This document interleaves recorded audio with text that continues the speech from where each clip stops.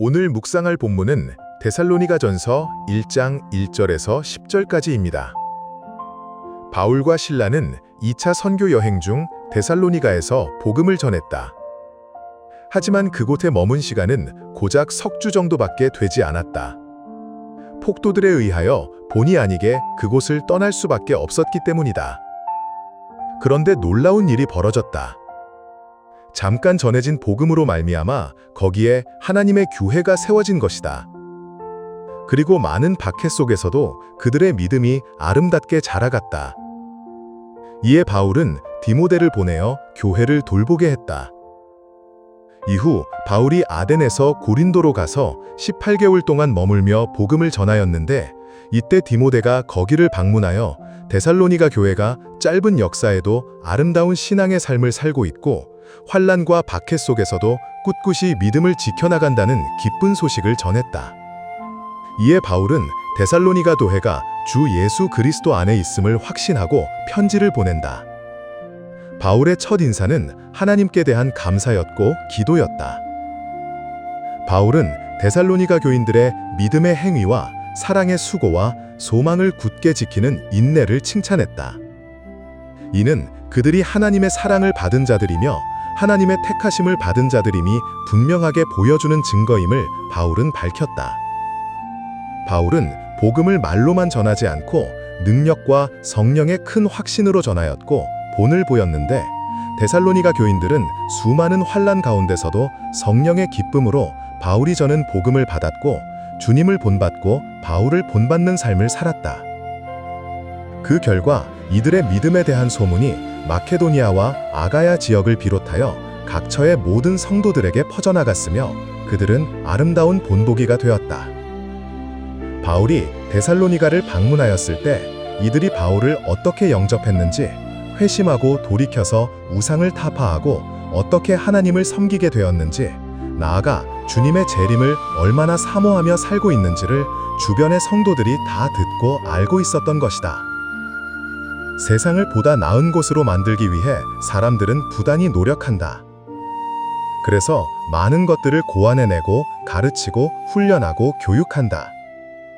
세상을 바꾸려면 무엇보다도 먼저 세상을 구성하고 있는 사람이 바뀌어야 한다. 아무리 법이 바뀌고 제도가 바뀐다고 할지라도 사람이 바뀌지 않으면 아무 소용이 없다. 무엇이 사람을 바꿀 수 있는가? 세상의 사상이, 세상의 철학이, 세상의 그 어떤 문화가 천만의 말씀이다. 그 어떤 것도 사람을 근본적으로 바꿀 수 없다. 바꿀 수 있는 것은 이 세상에 딱 하나뿐이다. 그게 바로 말씀이다. 우상을 숭배하며 사단의 종노릇이나 하며 살아가던 데살로니가 교인들을 변화시킨 것이 바로 말씀이었다. 말씀이 그들에게 들어가니까 그들은 완전히 새로운 피조물이 되었다. 수많은 환난과 핍박 속에서도 그들은 조금의 두려움이나 흔들림이 없게 되었다. 복음의 능력이 그들을 전적으로 변화시킨 것이다. 말씀으로 말미암아 그들은 믿음의 행위와 사랑의 수고와 소망의 인내를 가지게 되었고 주변 성도들에게 아름다운 본이 될 수 있었다. 이게 바로 복음의 능력이다. 나도 그러지 않았던가? 난 쓰레기 같은 인생을 살았다. 어둠의 자식으로 살았다. 내가 인생의 흑암 속에 있을 때 어느 누구도 나를 거기서 건져내지 못했다. 그 어떤 사람도 그 어떤 것도 내 인생을 근본적으로 변화시키지 못했다. 그러던 내가 지금 이렇게 목사가 되어 한평생 살아왔다.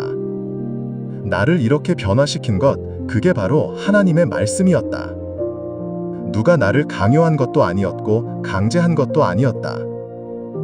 하나님의 말씀이 내 마음에 들어오니 내 자아가 그냥 무장해제되고 말았다.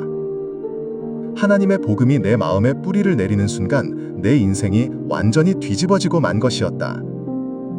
죄악된 삶을 청산하고 빛의 자녀로서의 삶을 살게 만든 것, 그게 바로 말씀이었다. 그때 내가 철저히 깨닫고 확신하게 된 것이 하나 있었다. 말씀이 들어가기만 하면 된다는 것이었다.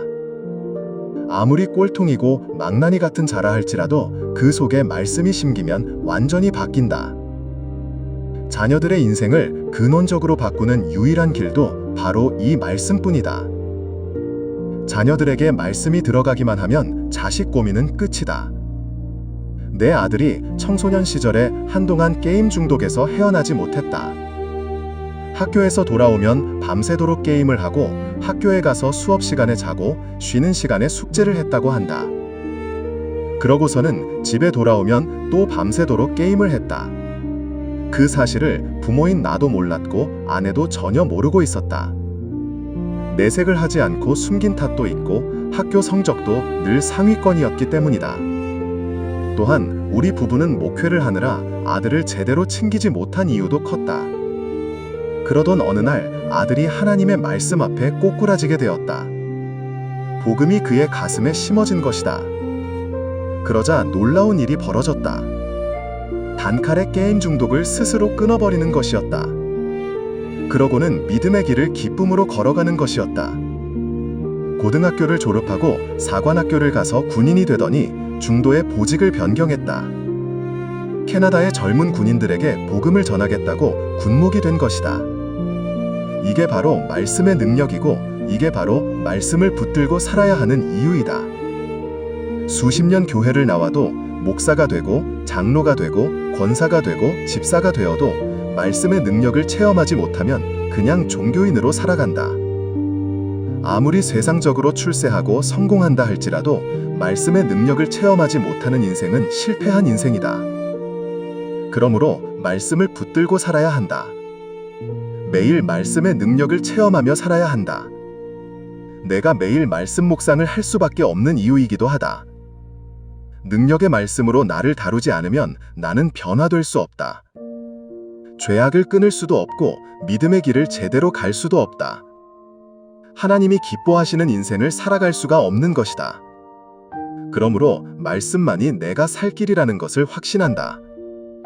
데살로니가 교인들을 변화시키고 믿음의 수많은 선배들을 변화시켰던 그 말씀을 내가 붙들고 있는 한 주님이 말씀으로 변화시켜 나갈 것이라 믿어 의심치 않는다. 그래서 나는 오늘도 주님의 말씀을 묵상하고 그 능력을 체험하기 위하여 주님 앞에 엎드림으로 하루를 시작한다.